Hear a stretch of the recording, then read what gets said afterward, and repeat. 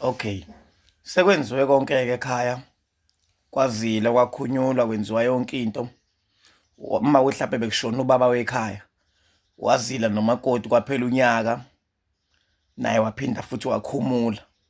Sekuyaqala-ke manje sekwenziwa umcimbi wakhe ubaba. Uma ke ngokuthi mhlawumbe ngale nkathi ifihlwa ayibulawanga inkomo, abanye baze bethi umphelezela, kodwa bezomgoqa ngayo isikhumba. Bezomgoqa umzimba wakhe ngesikhumba bewufake laphana endlini yakhe noma endaweni yakhe yokugcina. Kusuke sekumele-ke uma siqede konke kwadlula i-process yokuzila lo nkosikazi waze wakhumula naye. Sekumele-ke manje-ke kwenziwe umcimbi wokuqala okuthiwa isihlangu. Angiqala ukukhuluma ngayo le ndaba. Umcimbi wakhe ubaba okuthiwa isihlangu. Insizwa ngithi iphatha isihlangu, isihlangu ihawu. Umcimbi wakhe wokuqala lowo. Owesibili-ke obusuwenziwa, abanye bathi bayamkhuphula, abanye bathi bayambuyisa. Uyabuyiswa-ke manje ukuthi akazobheka ikhaya. Inkomo futhi nayo yenzela umcimbi wakhe ukukhuphula noma ukubuyisa. Kuyinto kodwa kuhlukene ngey'ndawo indlela ababiza ngakhona abantu. Kanjalo noma kushona inkosikazi esinile yaphelela, leyo nkosikazi leyo kunomcimbi wenkomo eyenzelwa wona ukuqala abathi isidwaba owenkomo.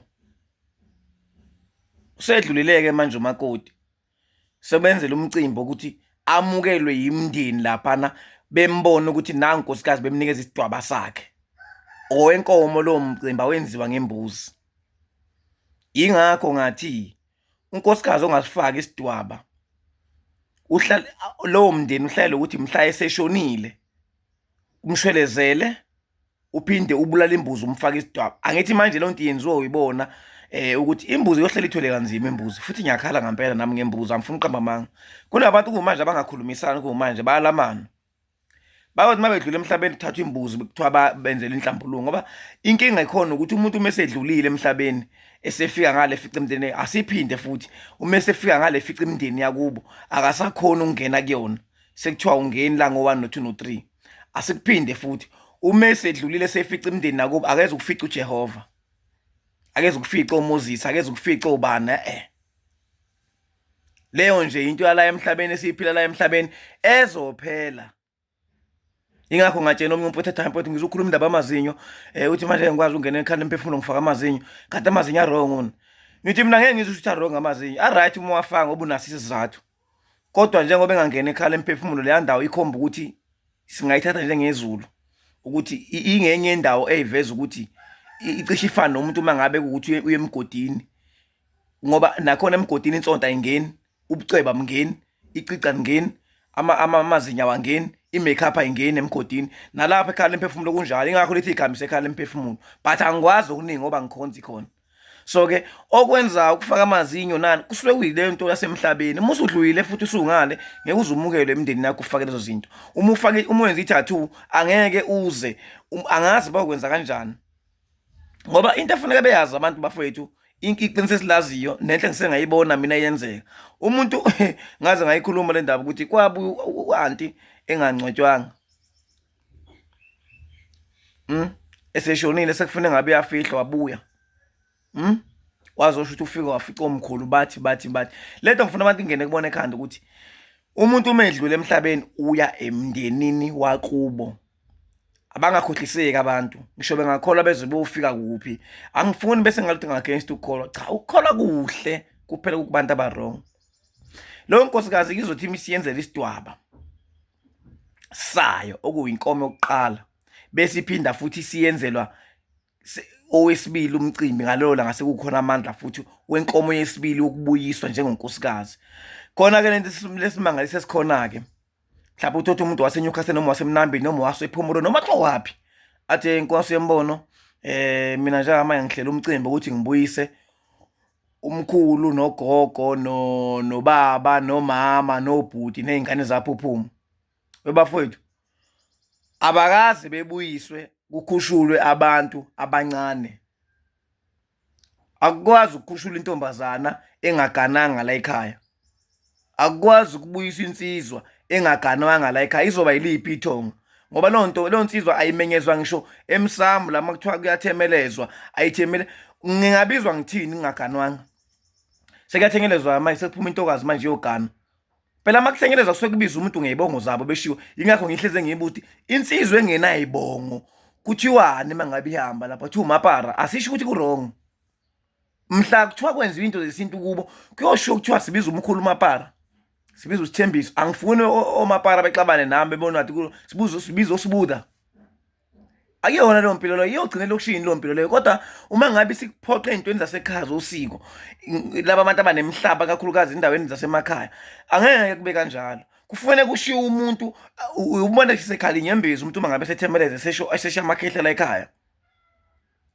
Yabo?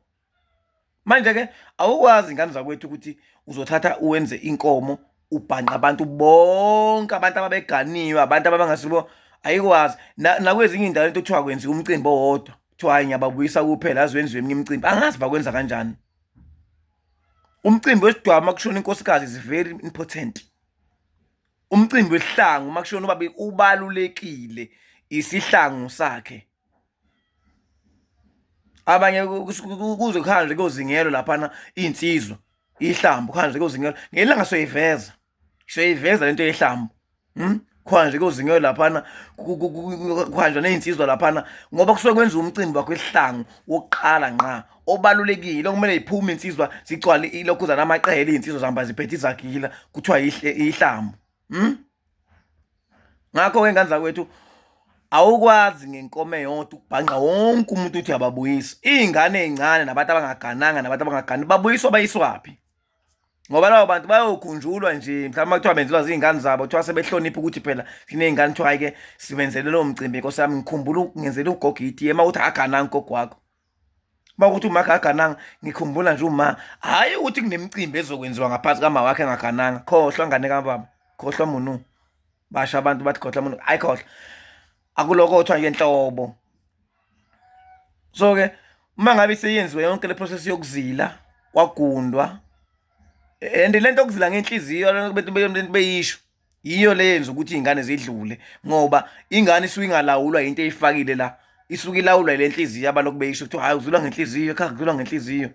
Ingakho phela kukhona abantu namhlanje abangamakhosikazi abasazilela amadoda abakade ashona, ayacomplain amadoda abo ukuthi nina ningizilelanga, wena ungizilelanga, wena uwumakoti, umfazi wami. And lapho uyathethiswa, uyafana nendoda exosha unkosikazi, ngoba nakho behlukene la emhlabeni, ngoba kwakuphuma iy'nkomo zethongo. Uthi uma efika ngale kuthiwa nazi inkomo iphuma ilanda umfazi, uphi? Umxosha ngaliphi? Asazi-ke laba abasuke bengalandwanga ngehlahla, ibona bazophinde bevuka babona kuthiwa babulala abantu la emgwaqeni, babona kuthiwa bayabonakala endaweni ey'thile, uzwe kuthiwa ey'bhedlela bayabonakala, baklinye abantu lapha ey'bhedlela njalo njalo, bacindezela abanye abantu. Abalandwa abantu benza lento ukuthi manje abafuni ukulandela into kahle ngendlela. And wena ophethe ikhandlela uthi ulanda umuntu wakini ngekhandlela, lonto isuke ingekho. Khohlwa, ngiyaxolisa nje ukusho lokho, isuke ingekho lonto. So-ke umcimbi owenziwayo kankosikazi nokababa, two inkomo zihlukene ukubizwa kuphela kwazo, ukuthi lo unkosikazi isidwaba sakhe, lo isakhamuzi, ubaba wekhalo isihlangu sakhe. Yeswa manje ayibangisi imsindo nje.